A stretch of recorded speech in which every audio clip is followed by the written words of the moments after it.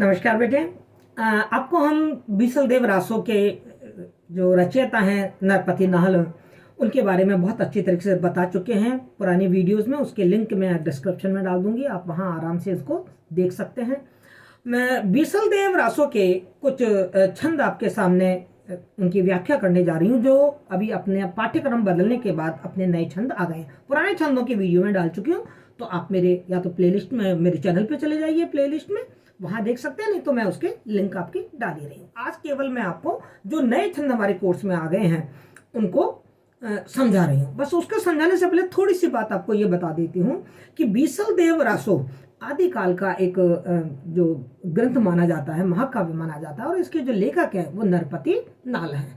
और इस नरपति नाहल ने इसमें बीसलदेव राज जो राजा हैं, चौहान वंश के जो राजा हैं बीसलदेव, जिन्हें विग्रह राज के नाम से भी इतिहास में पुकारा जाता है, उनकी वीरता, उनके साहस के बारे में बताया गया। और जो परमार वंशी राजा भोज की पुत्री है राजमती, उनसे उनका जो विवाह हुआ, उसका विवाह का वर्णन भी इसमें बताया गया है। तो हम देखते हैं इसका सबसे पहला छंद हमारे सामने है। गौरी का नंदन त्रिभुवन सार, नाद भेदई थारे उदर भंडार, एक दंत मुख झल हलई, मुस्का कहूँ बाहण तिलक सिंदूर, कर जोड़ी नरपति बणई, जणकरी रोहिणी तप्पई सूर, और भुवणई देशों रे रवि तलई। मैं आपको बता दूं कि इस ये जो महाकाव्य है, इसकी भाषा राजस्थान की जो डिंगल भाषा है, वो राजस्थान की डिंगल भाषा है। और बीसलदेव ने यहाँ पर सबसे पहले जब अपने ग्रंथ को रचने का प्रारंभ किया, बीसलदेव रासो नरपति नाहल ने, तो नरपति नाहल ने सबसे पहले प्रथम पूज्य भगवान गणपति की वंदना की। और हम सब जानते हैं कि जो गणपति हैं वो बुद्धि के देवता माने जाते हैं, और कोई भी शुभ काम करते हैं तो सबसे पहले हम उनकी पूजा करते हैं, क्योंकि उनको विघ्न नाशक माना जाता है कि कोई भी काम को वो सफलतापूर्वक खत्म करेंगे। तो नरपति नाहल अपने बीसलदेव रासो की रचना के लिए उनसे प्रार्थना कर रहे हैं गणपति से कि हे गणपति, तुम मुझ पर कृपा करो। वो कह रहे हैं कि गौरी का नंदन, गौरी का मतलब गौरी के नंदन, नंदन माने पुत्र। मैं आपको फिर बता दूं कि जो भी इसके शब्दार्थ हैं मैं वीडियो के अंत में दे दूंगी, और इसका जो काव्य का सौंदर्य है वो भी, उसके पॉइंट्स भी, मुख्य मुख्य जो पॉइंट है वो भी मैं वीडियो के अंत में आपको लिखवा दूंगी। वैसे जो मैंने आपको बताया कि काव्य का विशेषता है, इनसे संबंधित मैं वीडियो बना चुकी हूँ, जिसका लिंक आपको डिस्क्रिप्शन में मिल जाएगा। तो यहाँ मैं केवल व्याख्या के रूप में ही आपको स्पष्ट कर रही हूँ।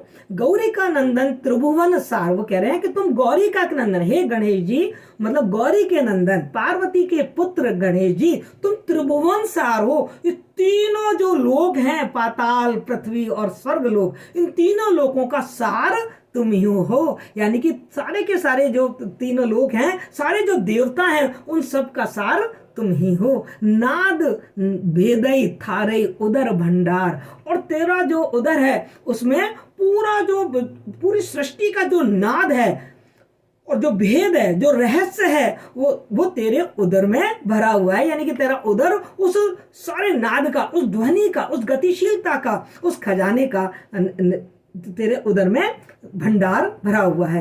एक दंतों मुख झल हलई। अब देखो गणेश जी को आप सबको मालूम है एक दंत कहा जाता है, उनका एक ही दांत दिखता है। वो कहते हैं तुम्हारा एक दांत, जो दांत है वो मुख में झिलमिला रहा है, मतलब गणेश जी के रूप सौंदर्य के वर्णन करते हुए कह रहे हैं। और मूसका वाहन तिलक सिंदूर, और तुम्हारा जो वाहन है वो मूषक वाहन है। हम सब जानते हैं, हमारे पुराणों में ये कहानी हमको बहुत जगह मिलती भी है कि उनका जो वाहन है वो मूषक अर्थात चूहा है। और तिलक सिंदूर, और तुम्हारे माथे पर सिंदूर का तिलक लगा हुआ है। कर जोड़ी नरपति बने, ये जो नरपति है वो कर जोड़कर, हाथ जोड़कर तुमसे प्रार्थना कर रहा है। जानी करी रोहिणी तप्पई सूर, वो कह रहे हैं कि तुम्हारा जो तेज है, तुम्हारा जो चारों तरफ का जो यश है, प्रसिद्धि है, वो चारों तरफ ऐसे पूरी दुनिया में फैली हुई है जैसे रोहिणी नक्षत्र में सूरज तपता है। कहते हैं रोहिणी नक्षत्र जब सूर्य आता है तो उसकी जो अग्नि होती है, उसकी जो तपन होती है वो बहुत बढ़ जाती है, चारों तरफ उसकी तेजस्विता और ज्यादा बढ़ जाती है। इसी तरीके से महाराज गणपति का जो तेजस्वी रूप है वो तीनों लोकों में चारों तरफ फैला हुआ है। भुवने देशों रे रवि तलई, मतलब जो सूर्य की भांति जो सूर्य तपता है रोहिणी नक्षत्र में, उस तरीके की तपन और तेजस्विता गणेश जी की इस पूरे त्रिभुवन में फैली हुई है। इस तरीके से उन्होंने गणपति की वंदना की है।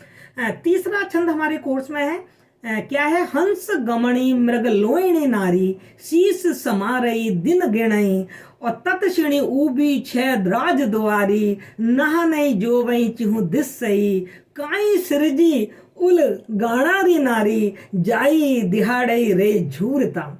जब इस छंद को हम पढ़ रहे हैं तो यहाँ हमको किसी विरहिणी नारी का दुख दिखाई दे रहा है, उस नारी का, उस विवाहिता नारी का जो जिसका पति उसके पास नहीं है, अब वो उसकी प्रतीक्षा कर रही है। तो किस तरीके से प्रतीक्षा कर रही है, क्या उसके मन में व्याकुलता है, उस जो प्रोषित पति का जो गृहिणी है उसका मन की स्थिति को यहाँ स्पष्ट किया है कि हंस गमणी मृग लोयण नारी, वो नारी जो हंस की तरह जिसकी चाल है और जिसकी जो आंखें हैं वो मृग जैसी, हिरण जैसी आंखें हैं, यानी कि बहुत सुंदर है वो नारी जिसकी हंसनी जैसी चाल है और हिरण जैसी जिसकी आंखें हैं। शीस समारे दिन गिणई, शीस समारे मतलब अपना श्रृंगार करती है, शीस समारे अपने केशों का श्रृंगार करती है, अपने शरीर का श्रृंगार करती है, दिन गिणई श्रृंगार कर करके दिन गिन रही है। किसके लिए? दिन गिनने का मतलब क्या है, इंतजार कर रही है ना, बाट जो रही है, अपने पति की बाट जो रही है। और तदशिणी ऊबी छह द्राज द्वारी,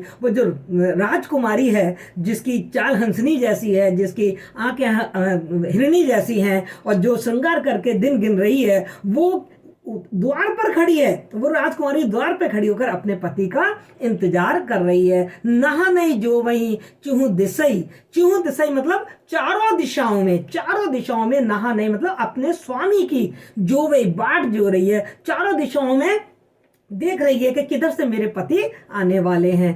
काई सृजी उलगाणारी नारी, अब यहाँ पर जो वो नारी है, जो विरहिणी है, वो ईश्वर से एक तरीके से शिकायत कर रही है। वो ये शिकायत कर रही है, काई सृजी, क्यों बनाया तुमने उलगाणारी नारी, बड़े बड़े राजा महाराजाओं की पत्नी हमें क्यों बनाया, तुम हमें साधारण स्त्री बना देते, कम से कम हम अपने पति के पास तो रहते, अपने परिवार के पास तो रहते, अपने स्वामी का प्रेम तो प्राप्त करते, वो कहीं हमें छोड़ के दूर तो नहीं जाते। पर हम राजा महाराजाओं, बड़े बड़े राज दरबारियों की और जो राजपुरुष हैं उनकी पत्नी बन गए हैं और उनके ऊपर तो इतने बड़े उत्तरदायित्व हैं, वो तो हमें छोड़ छोड़ कर चले जाते हैं। तो वो कह रही है हमें वो राज सुख नहीं चाहिए था, तुमने क्यों हमको उन राजा महाराजाओं के, उन बड़े बड़े राजपुरुषों की पत्नी बनाया। जाई दिहाड़ई रे झूरता, हर दिन हमारा झूरता हुआ, संघर्ष करता हुआ हमारा हर दिन निकलता है। हमें तो आप साधारण स्त्री बनाते जो अपने पति के साथ अपने परिवार में प्रेम पूर्वक रह सकते। ठीक, आगे चौथा छंद है, उसको पढ़ रहे हैं अपन।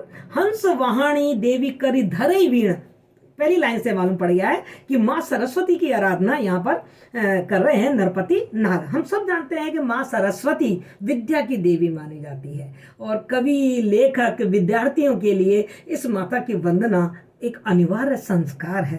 तो जो नरपति नाले हैं वो माँ सरस्वती की वंदना कर रहे हैं और उनसे कृपा मांग रहे हैं कि मैं जो ये महाकाव्य लिखने जा रहा हूँ बीसल देव रासो, इसके लिए मुझे आप विवेक दीजिए ना, देना, सद्बुद्धि देना और मुझे वो मतलब प्रज्ञा देना, वो ज्ञान देना जिससे कि मैं इस महाकाव्य को सफलतापूर्वक पूर्ण कर सकूं और ये समाज के काम भी आए, निरर्थक भी ना जाए, एक सार्थक महाकाव्य की मैं रचना कर सकूं। तो हंस वहाणी देवी कर धरई वीण, माँ सरस्वती की हम सब जानते हैं कि वो हंस उसका वाहन है। माँ सरस्वती का वाहन क्या है? हंस। तो हंस पर हंस को अपना वाहन बनाने वाली, अर्थात हंस पर वहन होने वाली, हंस पर सवारी करने वाली, कर धरई वीणा, और अपने हाथों में तूने वीणा की धारण कर रखी है। हमें यह भी मालूम है कि संगीत और कला की देवी भी माँ सरस्वती मानी जाती है और वो अपने हाथ में वीणा को धारण करती हैं। और झूठई कवित्त कही कुलहीन, वो कह रहे हैं कि इस समाज में कुछ ऐसे कुलहीन और मर्यादाहीन कवि भी हैं जो कि झूठी कविता लिखते हैं, अर्थात निरर्थक कविता लिखते हैं, जो समाज के हित की कविता नहीं है, जिसमें लोकहित समाहित नहीं है और जिसमें झूठी झूठ है, जिसमें कोई सार्थकता नहीं है और सत्य भी नहीं है। ऐसे कवि भी इस समाज में हैं। वर दे जो माता शारदा, पर मुझे तुम ऐसा वरदान देना कि मैं ऐसा मर्यादाहीन काम ना करूं, मैं वैसा महाकाव्य ना लिखूं जो झूठा हो, जो निरर्थक हो। भूलूं जी अक्षर आणी बहोड़ी। और देखो, मैं आपको लिखते लिखते हो सकता है कि मेरा ज्ञान विस्मृत हो जाए, तो तुम मुझको ज्ञान देना, अक्षर ज्ञान देना, विवेक देना, बुद्धि देना, जिससे कि मैं अपने इस महाकाव्य को पूरा कर सकूं। तह टूठी अक्षर जुड़े, क्योंकि तेरे अंदर तो वो कृपा है, तेरे अंदर वो ताकत है कि तू अक्षर जुड़े, बिखरे हुए अक्षर भी तेरे से जुड़ जाएंगे। अर्थात यदि मैं बुद्धिहीन होऊंगा तो भी तेरी कृपा से मेरे में बुद्धि आ जाएगी, मेरे पास ज्ञान नहीं होगा तो भी तेरी कृपा से मेरे अंदर ज्ञान आ जाएंगे, बिखरे हुए अक्षर भी जुड़ जाएंगे। अर्थात बिखरी हुई जो ज्ञान राशि है उसको मैं सबको एकत्रित करके एक सार्थक महाकाव्य की रचना कर लूं। नाला वशाणी बेग कर जोड़ी। जो नरपति नाल हैं वो माँ सरस्वती से ये प्रार्थना कर रहे हैं कि तुम मेरे ऊपर अपने आशीर्वाद की वर्षा कर। क्लियर, समझ आ गया? आगे देखते छठा छंद है। छठे छंद में भोज राज तणु मिलऊ छह दीवान, बहु नर बैठा छह अगवाणी, और राई राणा चिहु दिस तणा, राई जी बिन्नव राय नरिंद, और बारही हो बहते आपणे, कुमरी प्रणा विल्यो जो नई विंद। देखो, ये कहानी जब तक आप नहीं सुनोगे, जो मैंने दे रखा है लिंक डिस्क्रिप्शन में, वहां जाके पहले पूरी की पूरी कहानी पढ़ लेना रानी राजमती की और बीसल देव की, तब आपको ये समझ में आएगा बहुत अच्छी तरीके से। हमारे संक्षिप्त में मैं आपको ये बता रही हूँ कि राजा भोज की जो राजकुमारी है राजमती, वो विवाह योग्य हो गई है। जब उन्होंने उसको उपवन में देखा तो राजा को चिंता हुई कि मेरी राजकुमारी के लिए कोई योग्य वर मिलना चाहिए। अब योग्य वर को ढूंढने के लिए जो राजा है उसने अपना दरबार बुलाया हुआ है ना। भोज राज तणु मिलऊं छह दीवान, उन्होंने अपने सारे दीवानों को बुलाकर और एक दरबार सजाया विचार विमर्श करने के लिए कि मैं अपनी राजकुमारी के लिए वर ढूंढना है। बहु नर बैठा छह अगवान, और वहां बहुत सारे नर जो बड़े बड़े महापुरुष और राजपुरुष हैं वो उस दरबार में आकर बैठे हुए हैं। राई राणा चिहु दिसी तणा, मतलब चारों दिशाओं के जो बड़े बड़े राजा महाराजा हैं वो सब उस दरबार में आए हुए हैं। यानी कि मतलब ये निकलता है कि राजा भोज महाराज हैं और आसपास के जो राज्य के राणा हैं वो सब उनके दरबार के दरबारी हैं। राय जी बिनव राय नरेंद्र, और वहीं पर जो महाराजा की पत्नी है, वो जो रानी है, वो विनय कर रही हैं, विनती कर रही हैं सबसे, नरेंद्र से, इन सारे राजाओं का जो इंद्र है यानी कि महाराज से विनती कर रही हैं कि बारही हो बहते आपणे। अभी तो तुम्हारे पास सारे सुख हैं, सारी अधिकार हैं, सत्ता आपके पास है, जीवन आपके पास है, और जब तक आपके पास आपका ये सुख में आनंद पूर्वक जीवन है तब तक आप कुमारी, हमारी जो कुमारी है, हमारी राजकुमारी है, पर्णा विल्यो, उसके परिणय की, उसके विवाह की बात करिए, जो नई विंद, कोई ना कोई एक ऐसा राजा ढूंढिए और अपनी राजकुमारी की विवाह की व्यवस्था कीजिए, क्योंकि अभी आपके पास सारे अधिकार और हैं। मतलब कहने का मतलब यह है कि माता पिता का एक कर्तव्य होता है कि अपने जीते जी अपने संतानों की जो परवरिश है और उनके प्रति जो उनके दायित्व हैं, उनका विवाह करना है, उनका परम दायित्व होता है, उसको वो निभा दें। तो जो महारानी है वो राजा से उनके उत्तरदायित्व को याद दिलाते हुए कह रही है कि हमारी एक छोटी राजकुमारी है और राजकुमारी विवाह योग्य हो गई है, उसके लिए एक वर ढूंढने का काम आपको करना चाहिए। आपके इतने दरबारी हैं, इन सब के सामने मैं ये आपसे विनती कर रही हूँ। अब यहाँ पर ये विनती सब दरबार में क्यों की गई है? क्योंकि राजकुमारी है, और राजकुमारी है वो खुद ही बहुत सुंदर और बहुत ही बुद्धिमती है, गुणवती है,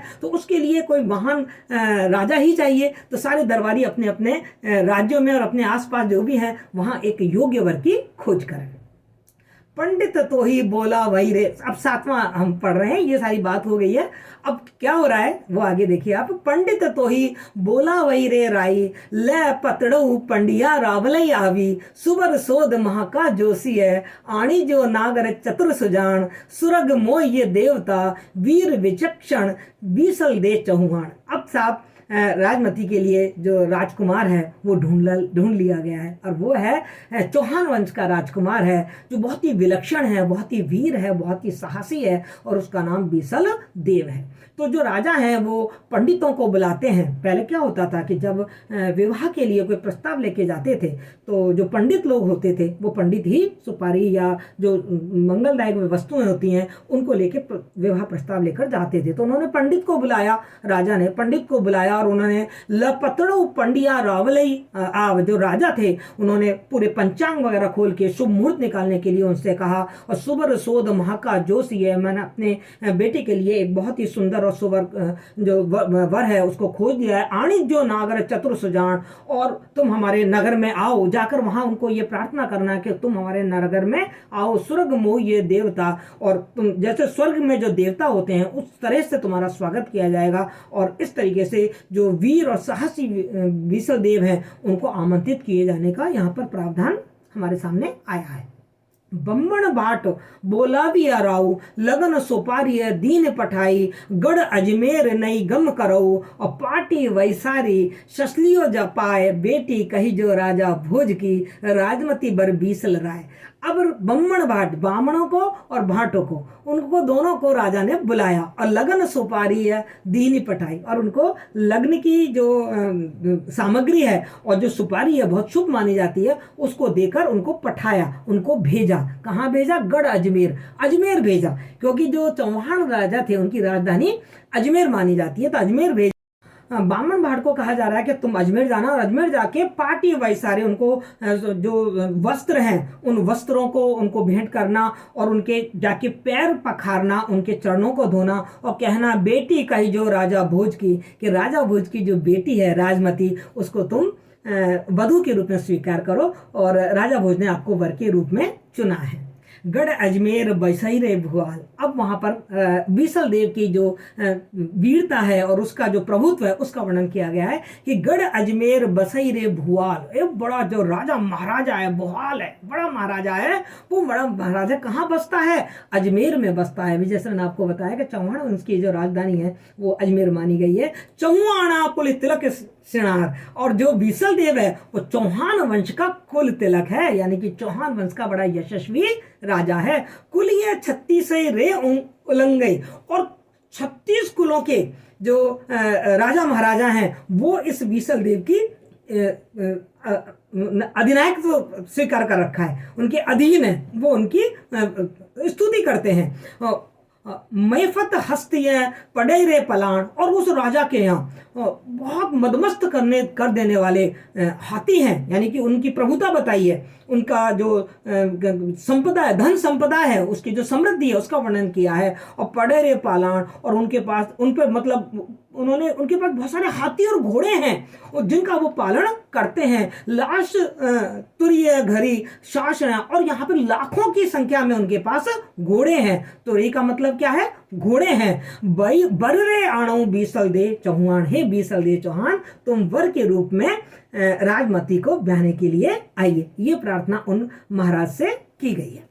अब जब राजा परमार की तरफ से विवाह का प्रस्ताव बीसल देव के यहाँ गया तो बीसल देव के राज्य में भी बड़ा आनंद और उत्साह का वातावरण बन गया। वो कह रहे हैं कि दीनी सोपारी रो नहीं हर्षिय राय, और जैसे ही इन ब्राह्मण भाटों ने जाकर और राजा परमार का विवाह प्रस्ताव राजमती के साथ बीसल देव का विवाह का जो प्रस्ताव है उस प्रस्ताव को रखा तो जो राजा था वो भी हर्ष आ गया, आनंदित हो गया, उत्साहित हो गया, और मन ही आनंदों अधिक उछा, उसके मन में बहुत आनंद और बहुत उत्साह भर गया। और न केवल राजा खुश हुआ बल्कि राजा की जो प्रजा थी वो भी प्रसन्नता से झूम उठी। घर घर घर घर मानी हर घर में, पंडुक्ति प्रकाश अलंकार, घर घर गुड़ी, गुड़ी मानी पतंग, घर घर गुड़ी उछलई, उछलई मतलब उड़ाई गई, घर घर मतलब खुशी के मारे पतंग उड़ाई गई। देखो यहाँ हम ये भी कर सकते हैं कि उनका मन रूपी जो पतंग था वो आकाश रूपी जो वातावरण था उसमें प्रसन्नता से नाच रहा था। कामणी गावई छे मंगलचार, और जो वहाँ की जो सुहागिन स्त्रियां थी वो सारी सुहागिन स्त्रियों ने भी मंगलचार गाना शुरू कर दिया, क्योंकि शुभ काम होने जा रहा है, बीसल देव का विवाह राजमती से होने जा रहा है। चौहाना कुल उधर चौहान कुल में बहुत उत्साह और जोश चारों तरफ हमें दिखाई दे रहा है, प्रसन्नता का भाव दिखाई दे रहा है कि राजमती जो है वो वधू के रूप में चौहान कुल में आने वाली है। जय घर, इस घर में अवश्य आने वाली है जाति परमार राजा भोज की जो पुत्री है वो वधू के रूप में इस परिवार में आने वाली है। इसलिए चारों तरफ उनके लिए मंगलचार गाए जा रहे हैं और लोग खुशी से पतंग उड़ा रहे हैं। पतंग उड़ा रहे हैं मतलब बहुत आनंद और उत्सव मना रहे हैं। तो ये छंद आपके कोर्स में थे जो मैंने आपको समझाए हैं। अब मैं काव्यगत सौंदर्य और जो कठिन शब्द है वो मैं डाल ही रही हूँ, आप यहाँ से देख लीजिएगा और अच्छे से व्याख्या समझ लीजिए। फिर भी आपको कुछ समझ में नहीं आए कमेंट बॉक्स में जरूर लिखें, मैं आपकी हर समस्या का समाधान करने की कोशिश करूँगी। नमस्कार।